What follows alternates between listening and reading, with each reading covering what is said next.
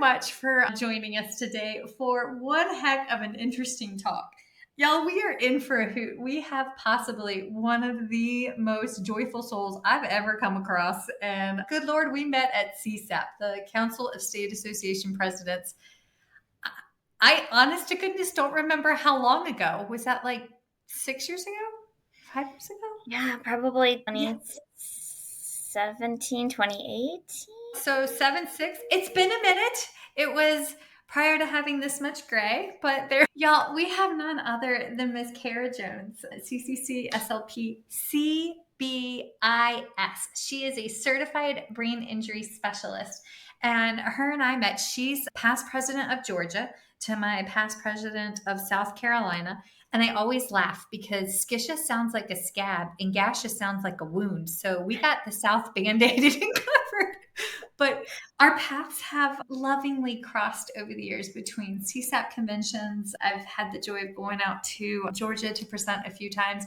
And y'all, if you're looking for one heck of a fantastic convention, Georgia puts on a spectacular speech pathology conversation. It's in February normally. Yeah. And the last couple of times it's been at Athens. Does it move around? It does move around, and it's at the very end of February, I think the first weekend of March. And This year it's in the city of Atlanta. Oh, yes. I have gone so many times and I never make it to the Coca-Cola one. So that's next time we go back. That's on my to-do list. And I really don't like soda, but I heard you get to like taste test them. Okay, this was not the purpose of today, but we digress nonetheless. But y'all, I know she regularly presents at Georgia. So if you're so inspired, either she'll be there to support or might even be presenting in 2025. But y'all are in for a treat. Kara leads with kindness and compassion for her colleagues and for her patients. And she is an adult clinician and a mighty powerful one at that, which I can hear some people being like, but this is predominantly a peds podcast. Yes, but once upon a time, this is scary. I was an adult therapist. Can't imagine that.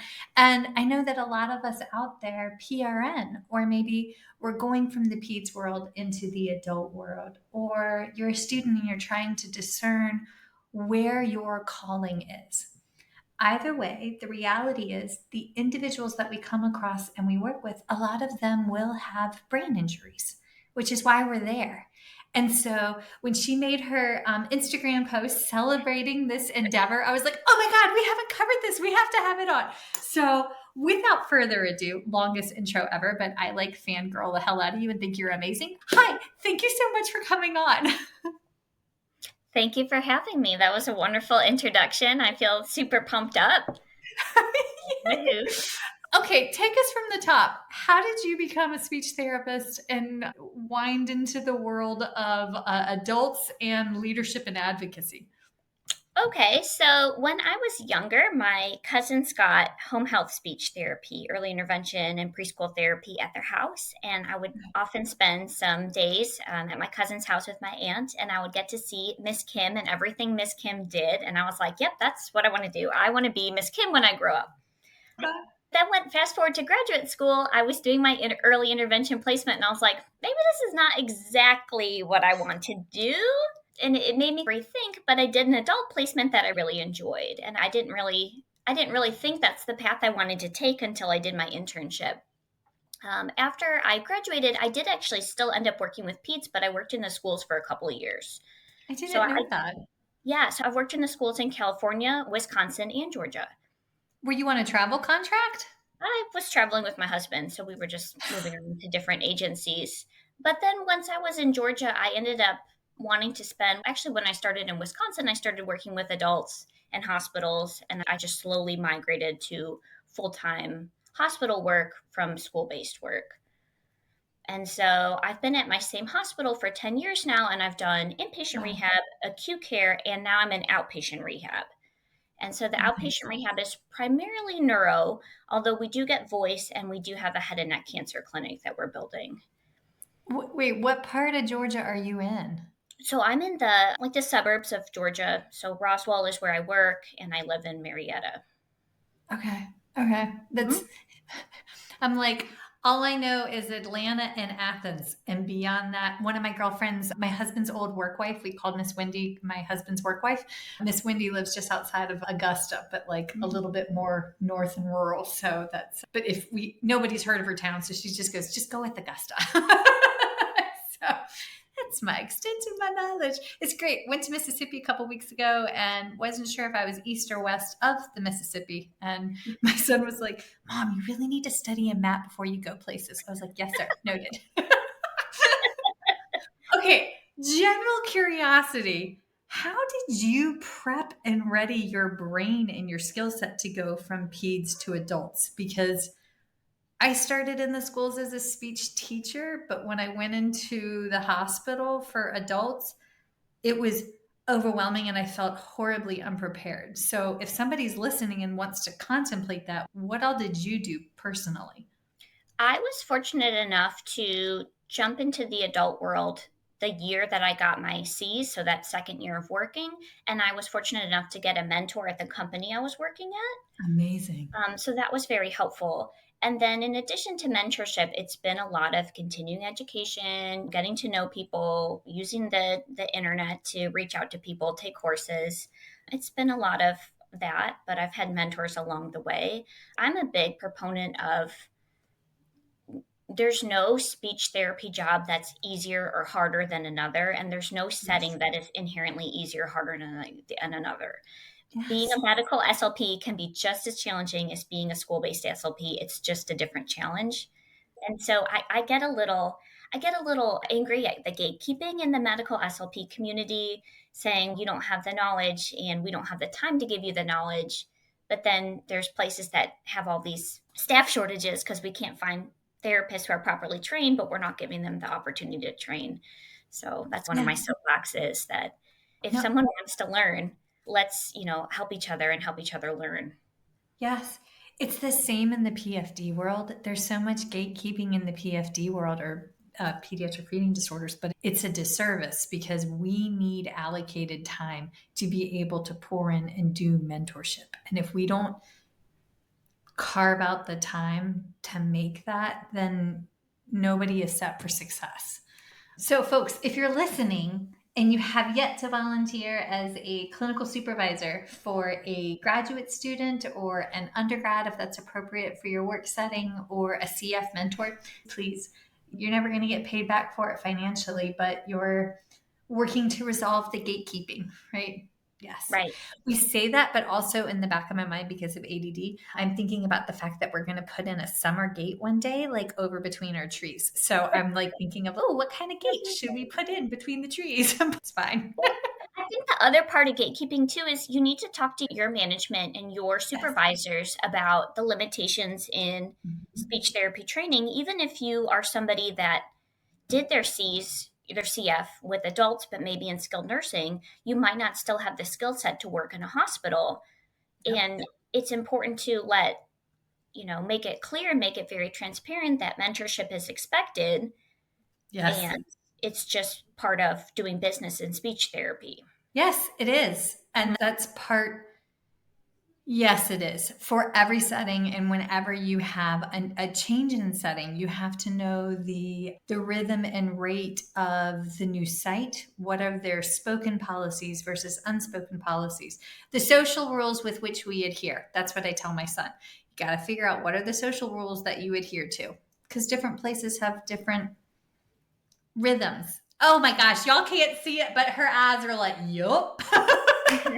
Yeah, I totally get it. I laugh. I worked at a skilled nursing facility for 6 weeks.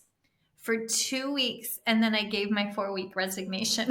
So like that was, but it was not for me. My grandparents raised me, and it was too hard on my heart. And that's how I knew that this is not for me. It is it is what it is. But okay, so we went down a very long, windy road, and as such it is. But you have obtained this amazing certified brain injury specialist license or certification. And I don't fully understand what it is, what it stands for, and what all goes into it. So please describe. Okay, so CBIS are some letters I get to put after my CCCs. and it stands for Certified Brain Injury Specialist. And it's not a certification through ASHA, it's a certification through the Brain Injury Association of America. So that's the Okay. BIAUSA or BIAUSA. And so what this is a certification that anybody that has a high school diploma, some sort of license in the area of working with brain injury. So you might be a licensed nurse, you might be a licensed caseworker, you might be a licensed occupational therapist, physical therapist, or speech therapist. But if you can demonstrate that you've had 500 contact hours with someone with a brain injury or people with a brain injury, that does not include volunteering, but it can include your academic internship, then you can have the opportunity to sit for this exam and have this certification. And the reasoning behind this certification is it makes you, the practitioner, highly sought after in the field. But I also think the idea behind it is that you can't be a practitioner of people with brain injuries and only know your very narrow speech therapy focus. This certification opens you up to learning about what does case management do? What are legal things? What are financial limitations? What are happening with their neuroanatomy? And what does PT do and what does OT do? And having that broader knowledge of a brain injury, I think can really help you be a better clinician and better advocate for your patients. You just described interprofessional practice. Like Yep. that's like the active interprofessional education, which is learning about what the different specialists do to then improve your action of interprofessional practice of working with those professions. But if we understand where they're coming from, that's huge. Now, I got to be honest, all the CBISers that I know, of which there are two, you and Renee, because y'all, this is hard. You're both adult people. So it skews my brain to think when we're looking at brain injuries, are y'all talking about like neurodegenerative diseases, Parkinson's or ALS, or what kind of brain injuries? And that's, I'm in the world of swallow. So this is a very different, well, actually, it's not that different because normally it's neuro driven, but what kind of brain injuries are y'all looking at? So it can be both traumatic and acquired brain injuries. And so for thinking about the PEDS world, unfortunately, there's a very high rate of children with brain injuries due to physical abuse or due to sports injuries like on the playground. And so children and young babies can get brain injuries just as frequently as adolescents and teens. So that's Mhm. important to think about. But then the other side of this traumatic brain injury is also acquired brain injury. So that might be something like a stroke, which we know Oh, I see that unfortunately all the time. children can get strokes, unfortunately. And then also things like brain tumors. I have, over the course of my career, worked with numerous individuals that have dysgenesis or agenesis of the corpus callosum. So, acquired congenital conditions. Also, very interesting and unique presentations. If you've seen one individual with agenesis, it's not necessarily indicative of another individual with agenesis because it's very interesting to me how different that can present. Yeah. But so an acquired brain injury or traumatic brain injury is not going to be something that's congenital. So Mhm. it's not going to be something that develops over time or something like Parkinson's disease that's a degenerative disease. It's more of Mhm. something like an insult to the brain. Mhm. What do you see the most of right now in your setting, like in the outpatient adult world? Strokes, but then I do see a good proportion of traumatic brain injuries, especially young adults from motor vehicle collisions, things like that. And Mm. then I do see some brain tumors. Mm. Mm. That's y'all. This is the stuff where this is why I keep a tissue in my sweatshirt at work in my wrist. And I know I have a thimble collection upstairs, and I'm secretly an 80-year-old woman, and I always have a teacup. But it's moments like that where when a mom comes in and starts sharing their walk, or the grandparents who are raising the tiny human that I'm working with, that talking about brain injuries is hard because the etiology versus the healing trajectory can be so different. Yeah. Yeah. And I feel like as a speech therapist, I felt like I was really well prepared to work with strokes, but working with young adults with brain injuries was definitely something that inspired me to go get this brain injury specialist to push myself a little further to help understand how I can help this specific population. Okay. All right. So I want to follow-up question to the CBIS, like what the cert looks like, but then I want to tiptoe into the TBI world because that's not a population that I work with, and I'm really curious as to. I've seen little ones with shaken baby syndrome, which is now non-accidental trauma in the literature. We no longer call it shaken baby. The terminology has changed, but from a true hit on a field or in a car accident, motor vehicle accident. Is that how you say that? Is that the correct terminology? Motor vehicle Yeah. accident. Yeah. Yeah. Yeah. Or MVC, motor vehicle collision, Yes. either one. Okay. See, make me cool. Not my world. I'm learning Yeah. my semantic knowledge is growing. What were the steps that you took to get your CBIS? Okay, so the first thing you have to do is you have to apply to even sit for the exam.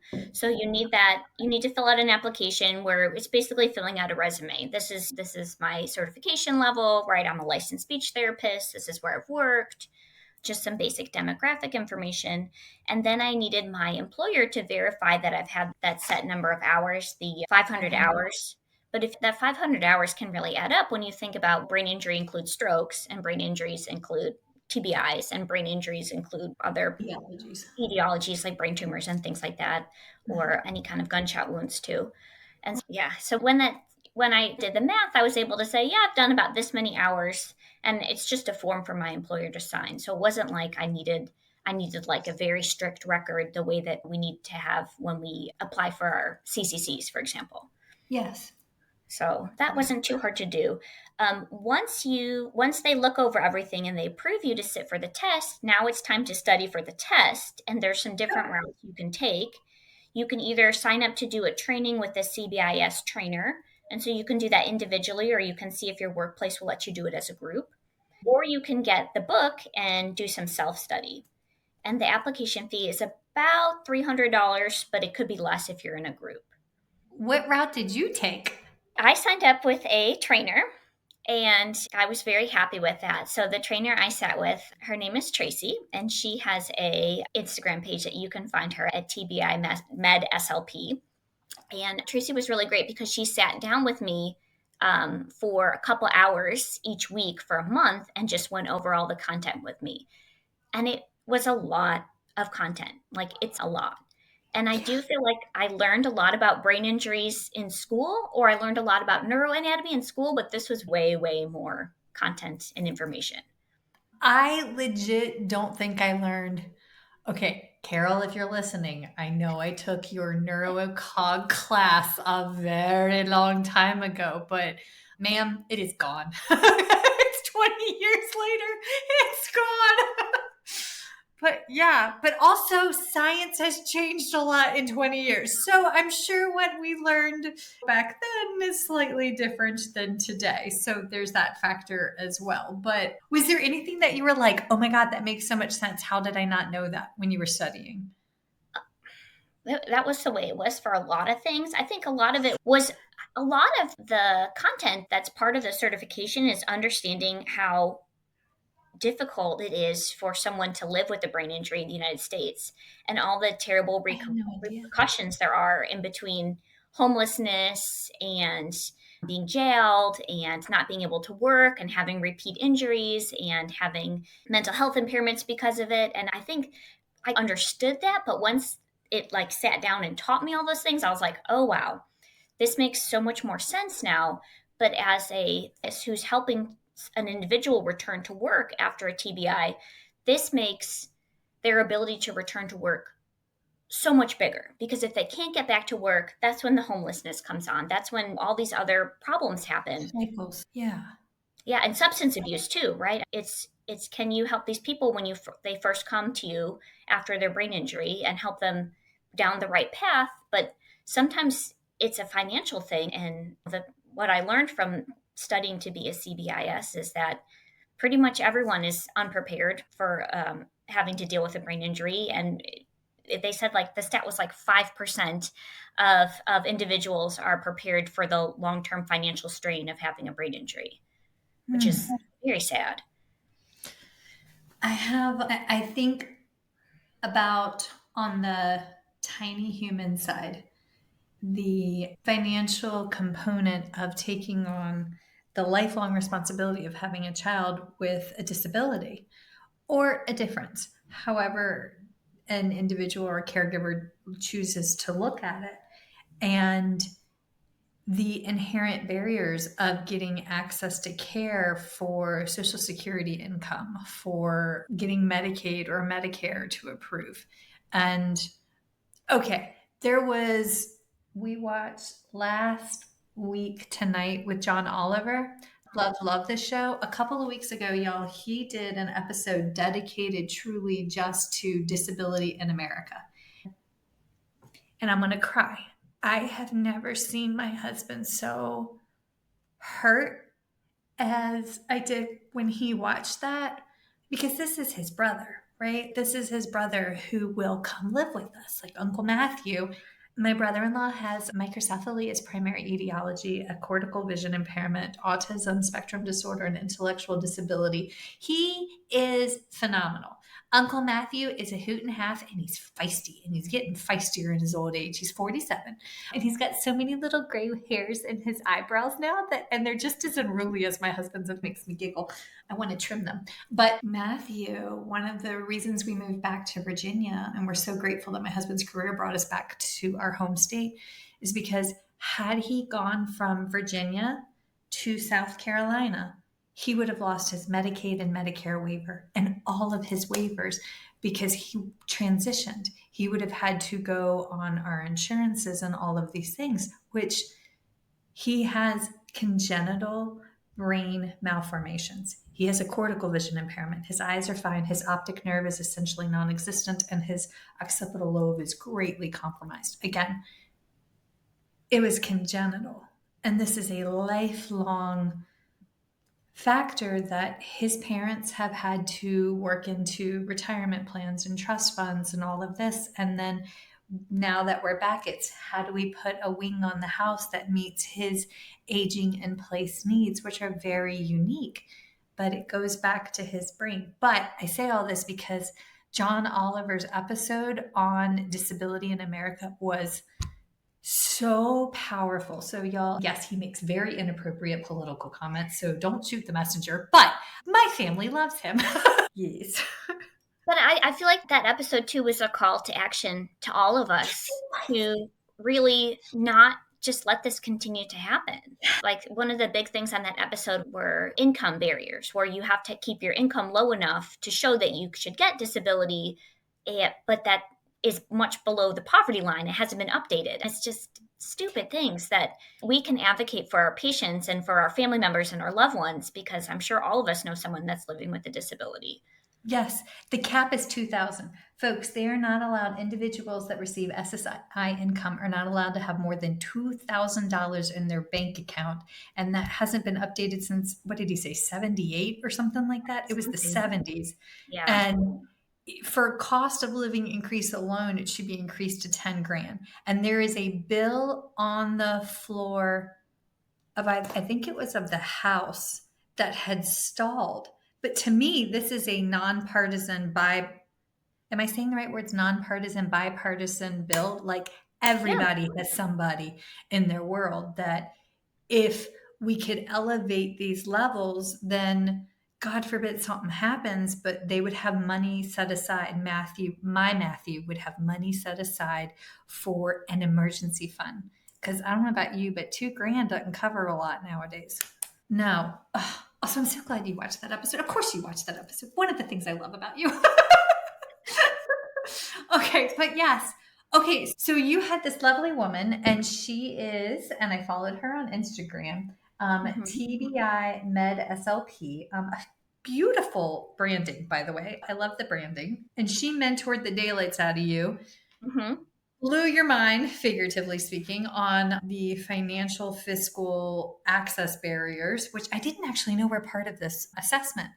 And then how did you what is the test like? Because I got to tell you, sitting for the BCSS, I threw up and had diarrhea a couple of times before I even started the test. So, hi. So the test you do get to take in the comfort of your own home. It's proctored via the internet, so you have your webcam on and you prop your cell phone up so your cell phone also has a camera on you. Oh, And it's a smart proctoring, so it'll let you know, hey, you're looking away from the screen, or hey, I hear voices talking. But if you've ever taken a test in a room by yourself, of course you're gonna be like, okay, I'm talking to myself, I'm talking to myself. So I kept having to tell the online proctor, I'm just talking to myself. I always look away, but intense Also, eye you look contact. away to think, right? I'm just looking away to think. I'm just trying to think. So then I would just have to think like this. So that was a little awkward because I graduated school before online learning became a thing. So I really have a lot of online learning or online, I guess online learning I've done through CEUs, but online testing not so much. So Yes, yes, that was an same, experience. friend. Definitely an experiment. But I will tell you, it's 70 multiple choice questions and you have 2 hours to take it. But those multiple choice questions are cruel. It's the Yes, kind of they questions are. where you have 5 choices and is it A and B or A and C or none of the above or all the above where you're just like, yeah. Bah. Yeah. So you really do need to study. And a lot of it is memorizing stats and memorizing neuroanatomy and memorizing different legislation. So it's a lot of memorization you have to do. Nice. I don't know if you're the right person to ask this or not, but I've always wondered more about the thalamus. Just because, like, when you talk about neuroanatomy and Mhm. physiology, the thalamus, it's just a fun word to say. So I always wondered, how much does the thalamus impact cognition, speech? What exactly does the thalamus do? Do you remember? Yeah, so your thalamus is like the sensory relay point. So something starts through sensation and it gets processed through the thalamus. So if you've got problems processing in there, you're not going to be able to perceive and interpret information correctly. And so that can be one impact of the thalamus. The thalamus is part of the diencephalon, so it has a lot to do with memory. Yeah, and then sensory integration, memory. If you have a stroke in your thalamus, sometimes you can get thalamic pain syndrome where your body is having pain for no reason. It just keeps telling itself it's having pain when there's really no reason it should have pain. Yeah, the thalamus is interesting. Huh. No wonder the thalamus stuck in my head. I always just like the Yeah, ways. I think I might need to get this book. What is the book? Can you just order the book off of the Amazon? Wait, sorry. Wow, South Carolina came out. I put the in front of the it's, Amazon. if you go to biusa.org, they have a store and they have the book that's like brain injury foundations. It's so they have a web-based version or a paper version. That's cool. Okay. 2025 reading literature because right now I am rereading all of the Stackhouse vampire Oh, trashy I've read romance. all of those. I've read all of those. Yep. Yeah, Yep. that's how I'm unwinding at night between vampire and werewolf and Sometimes you need a little something escapism. You can't think about work stuff all the time, in my no, opinion. Not you really mentally. can't. And I don't want my vampires to glitter to death. Let's be honest. I'm too old for that. Yes. All right. So I'm going to add this over here. What you can't see is I have a calendar that I use just to keep my notes on. Haven't changed it. It's May 2023, but I still write my notes on it because I haven't filled up my space. And then, yeah, this is my accommodation for myself. There Yes. you go. Yeah, I Yes. think that the certified brain injury specialist is definitely relevant to someone who's working with peds because we know pediatrics get brain injuries. Yes, they do. I don't think this is an adults only type of certification, and especially just learning about. They even have portions that we have to learn about with IDEA and 504 plans and IEPs. That's Yes. all part of the test. It's not, you really have to know about peds and adults to be able to sit this test. Oh, I love that. It is across the life continuum. Hmm. Okay, because I was worried, like when I did the BCSS, you can elect pediatrics or adults for like case studies. Like you get to pick which is great because it's we have to know the content across the life continuum, but the finer there's a breakout for peds or adults. And so that's always a fear is if we know what it looks like in tiny human form, big human form, it's more than bigger boogers. There's a totally different pathophysiology here. So, Honestly, I knew it was it for me when I was in the hospital and I was doing a bedside eval because we didn't have access to instrumentals because we were 45 minutes away from from the big hospital that did instrumentals. And the nurse told me she had done oral care before. And I went in and I had to pull a mucus plug out of a patient's denture in order to even begin. And I was like, I can't do this because I almost threw up on him. So, Oh, yeah. Yep. Nope. Not. Ugh. Anywho, the TBI component. What I know this lovely woman. Was it Wendy? Was that her name? Tracy. Tracy. Tracy. Tracy. I knew it ended in a Y. Or wait, does she end in an I or a Y? IE. IE. Okay. IE. I was way wrong. But when Tracy was mentoring you about the TBI portion, how did that carry over to your work? What do you do and what can we as SLPs do with respect to the TBI component? I think one of the biggest things that I learned with TEBIs was learning about mild TBI, also known as a concussion. And so I do at my outpatient clinic get referrals for patients that had a mild TBI or a concussion and they're having these persistent symptoms. And in my opinion, those are sometimes the hardest patients to work with because it's such an invisible disability. If someone has had a severe TBI and you can see maybe they might be in a wheelchair, they might have to use something to help them, or they might have obvious toxicity in their limbs, that can be something that people can really see and understand.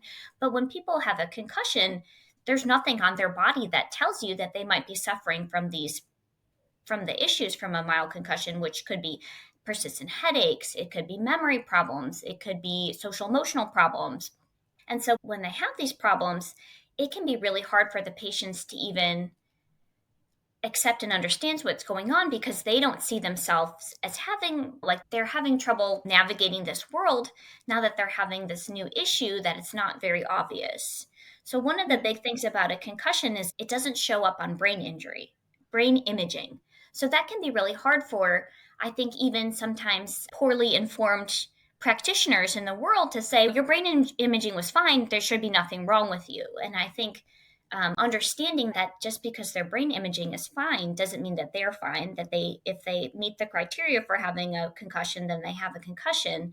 And we know that once you've had a concussion, you're 3 times more likely to have another brain injury. And we know from what's all happening in the NFL with the CTE that these repetitive concussions are really not good for people. Yeah. And it's not something that we can just write off. Oof, triggering. When Goose is in 6th grade now, my oldest, when he was the summer between K and 1, so between kindergarten and first, he was in a summer program or daycare. It was essentially summer camp, so mommy could go to work. 2 2nd graders, and they weren't bullying, they were playing, but they weren't being watched. They were doing WWE wrestling moves, and they put Goose in a headlock and slammed his head to the ground twice. And I picked him up, and bless his little heart, it had just happened like seconds beforehand. And my bubby was crying. And Goose wasn't big as a minute. And bless, he's got the biggest head in the world as it comes. And I know because I pushed that thing out. And he's got the Dawson head. And so, like, legit, it was like 98% at birth. And I was like, I know, I was there. Thank God he was a little early. But I laugh now because otherwise I'll start crying again. But we immediately went to they gave me a resident. My Goose was a completely different child. I watched it happen to him. And the resident said, and I quote, boys play hard and you need to toughen up to me. Oh, Ugh. ladies and gentlemen, I cannot say on air what I said to that resident, but let me tell you what, the hills flew out of my mouth faster than I have. I chewed him upside down, one side, the other. And then when I got done with the pulp that was left of this resident, because you don't mess with my Goose or my bear, I requested the chief. And the chief came in and said, ma'am, you have a moderate level concussion, which I don't know what it means. But by then his left eye was having difficulty following and tracking. We ended up in the concussion clinic at MUSC, which was like 90 minutes away, and went back and forth for OT. And he had 6 months of OT for visual motor integration after that. And it was weeks of emotions up and down. We had to basically get rid of even Elmo's World, or no, what was he watching? Bear was watching Elmo's World that time. Sorry, ages. We had Elmo's World. Bubble Guppies. Bubble Guppies had to go on hold. It was horrific. And that was just boys playing rough. Y'all are missing the finger quotes here in the background, but hell, we do not play football because of this. We don't do contact sports because of this, because it was very scary. Yeah. Yeah. And I think that's why this certification is so important for adult or pediatric therapists, because anybody can get a concussion. You can get it from playing, you can get it from a car accident, you can get it from bicycle, you can get it from falling in the playground. You can unfortunately get it from abuse. That could be any of your kiddos that you work with or little ones. Mhm. So it's Mhm. not just, oh, it's for teenagers that are driving or older adults who have falls. It's anybody can be dealing with it. And I think the more aware we are about the all the range of issues you can have after a concussion, the better we can advocate for our patients or Mhm. our students or the children we work with, our clients.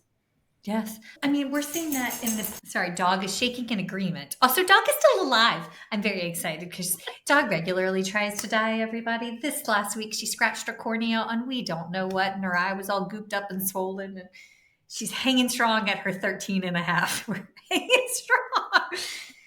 Ah, dog. But we're 2.5 years, almost 3 years into having the PFD code, and pediatricians still aren't aware nationwide on what this diagnosis is, because it's not something that they were taught in school. It's not something that everybody's familiar with. So the amount of advocacy and legwork that we have to do up front to raise awareness on that, I feel like the mild TBI and the concussion piece is equally as it really, we have to do a better job of advocating. But then I tie it back to, but how much are students actually getting taught in the curriculum?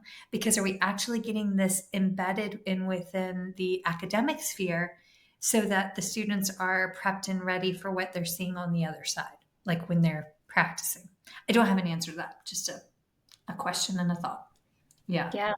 Yeah, I feel like when I was taking my speech therapy in the schools course, I learned that you can have a 504 plan, but I learned that was for something like, oh, that's if you have a hearing loss or you have something like ADHD. Like no one had ever said, Yes. what's so if you have a brain injury or a concussion that you could get a 504 plan.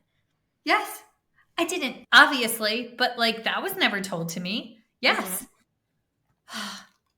And so if you have a student or a child that has headaches and light sensitivity and blurred vision and they have poor concentration in attention and then behavioral problems all from this mild TBI, which is what you can get from a mild TBI, they're going to struggle in school. Yes, they will, or Mhm. struggle at home. And then Right. if home falls apart, if we don't set our tiny humans and our adult humans up for success within their home, we then it's like throwing them to the wolves to expect them to go perform at a job. And children's job is to learn. I think their job is to play, but children's job is to learn. So school is their job, just like a career is our job. I had a cousin whose husband had a mild stroke, right hemisphere CBA, and he had to go back to work, and it was really hard. He's only a couple years older than me, and he struggled with executive functioning component, which is near and dear to my heart because ADD, ADHD, executive functioning is my brain will get there. It just gets there differently in its own unique traversing through the woods and around a stream and around a valley. But we're going to get there. But post stroke, even though it's mild, when you're a 40, 50-year-old man and have to go back to work for your wife and your children, that's so what do you do? Like what kind of therapies do you engage with for these kind of situations? So I think the most important thing is keeping it as patient centered as possible. So if you have a patient that has had a stroke or a brain injury that's of working age, you can't just have them do crossword puzzles and word searches and follow connect the dots. There's no functional component to that. And yeah, Mhm. it might challenge their attention, but it doesn't challenge their attention in a way that's meaningful that's going to carry over. So Yes. you really have to sit down with the patient and figure out, first of all, with brain injuries and with strokes, are they aware of their deficits? You have to start there. Do they have metacognition? Can they think about their thinking? Are they seeing how things are different? And once you can get them to start thinking about their thinking and being aware of their deficits, then you can start finding ways to apply it to where they're seeing issues in their everyday life. I feel like that's the biggest difference between habilitation versus rehabilitation is that in the rehab world with our adults or like our older children, they're aware that something was there and they've lost it. But with our peds, this is for the most part baseline and they don't know different.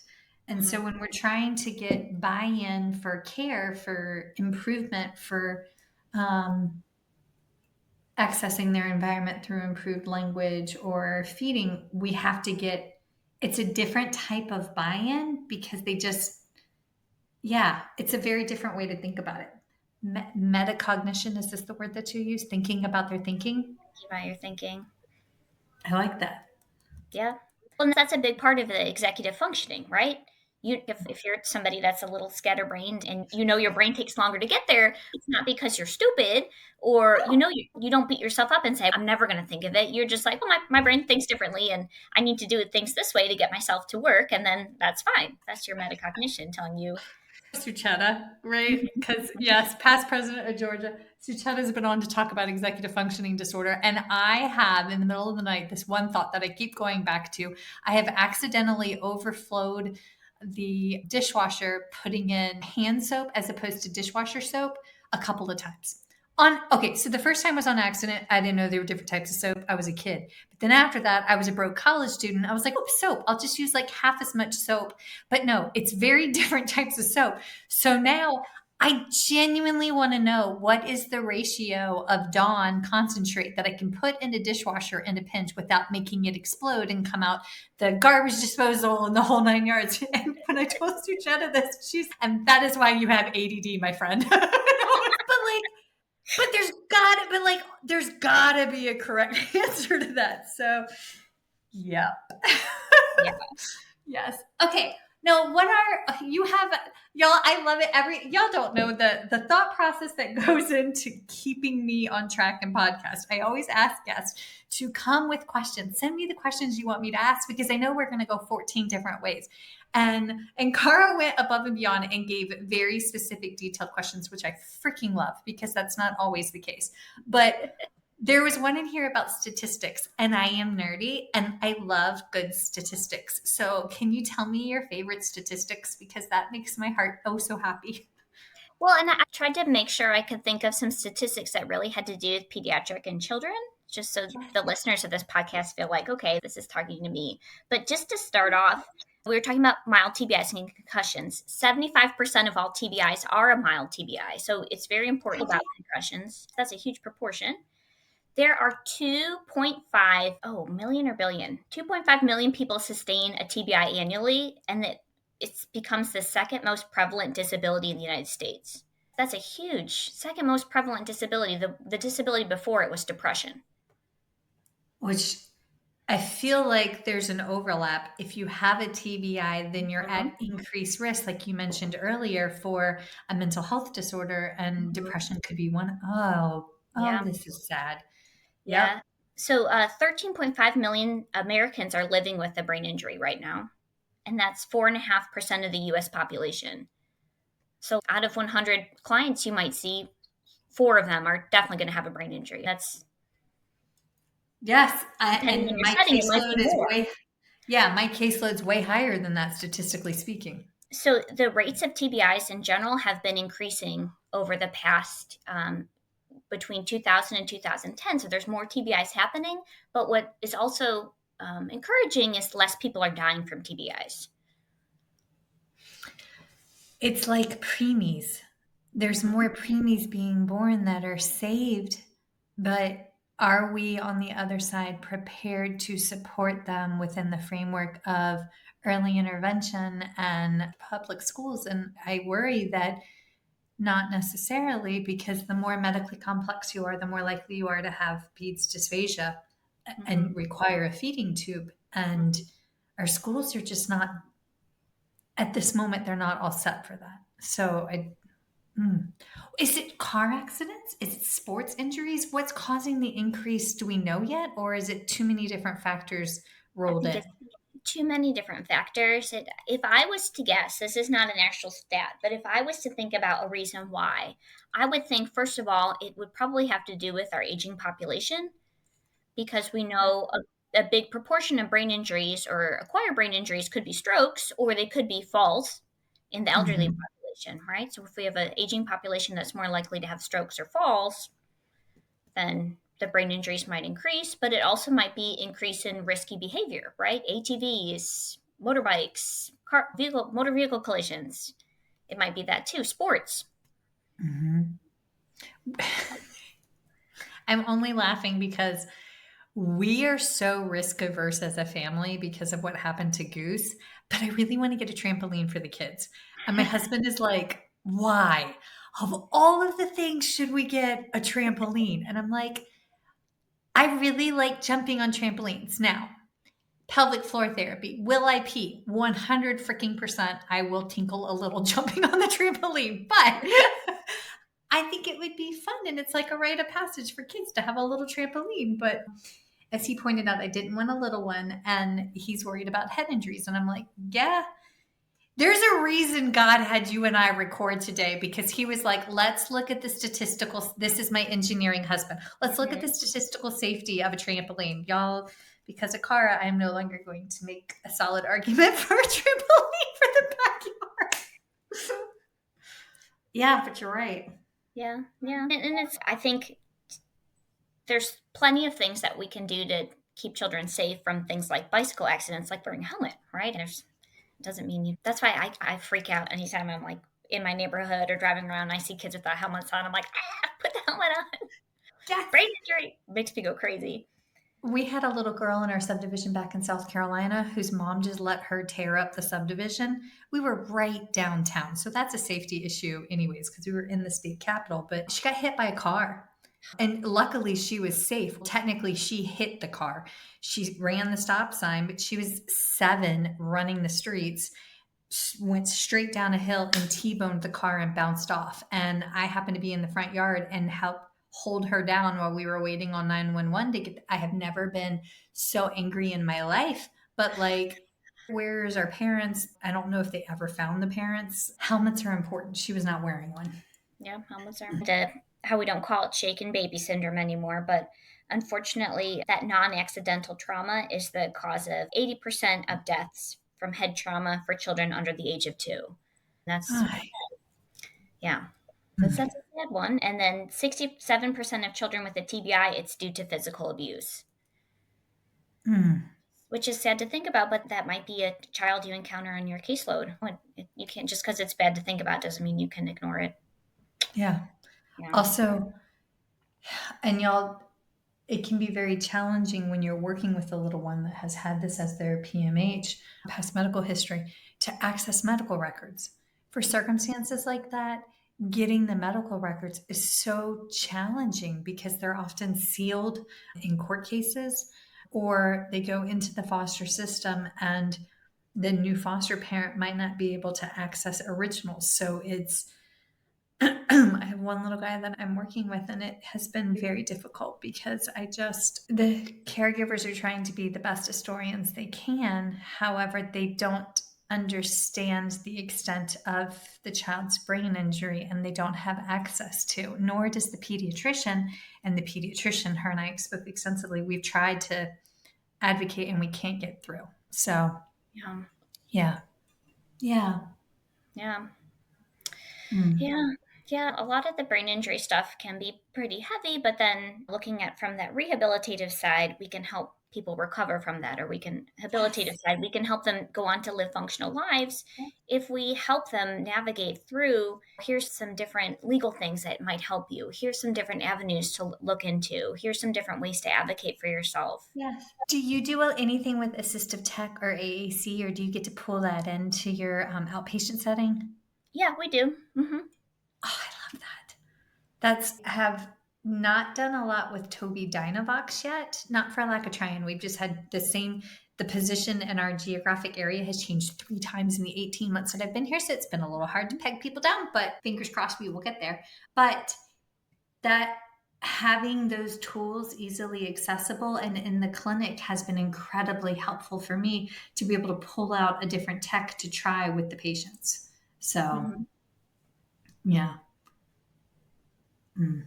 Just Yeah, thinking. I've been able to use eye gaze devices for a young woman who had an acquired brain injury, and Mm. just opening up that world can mean so much. Yes, it can.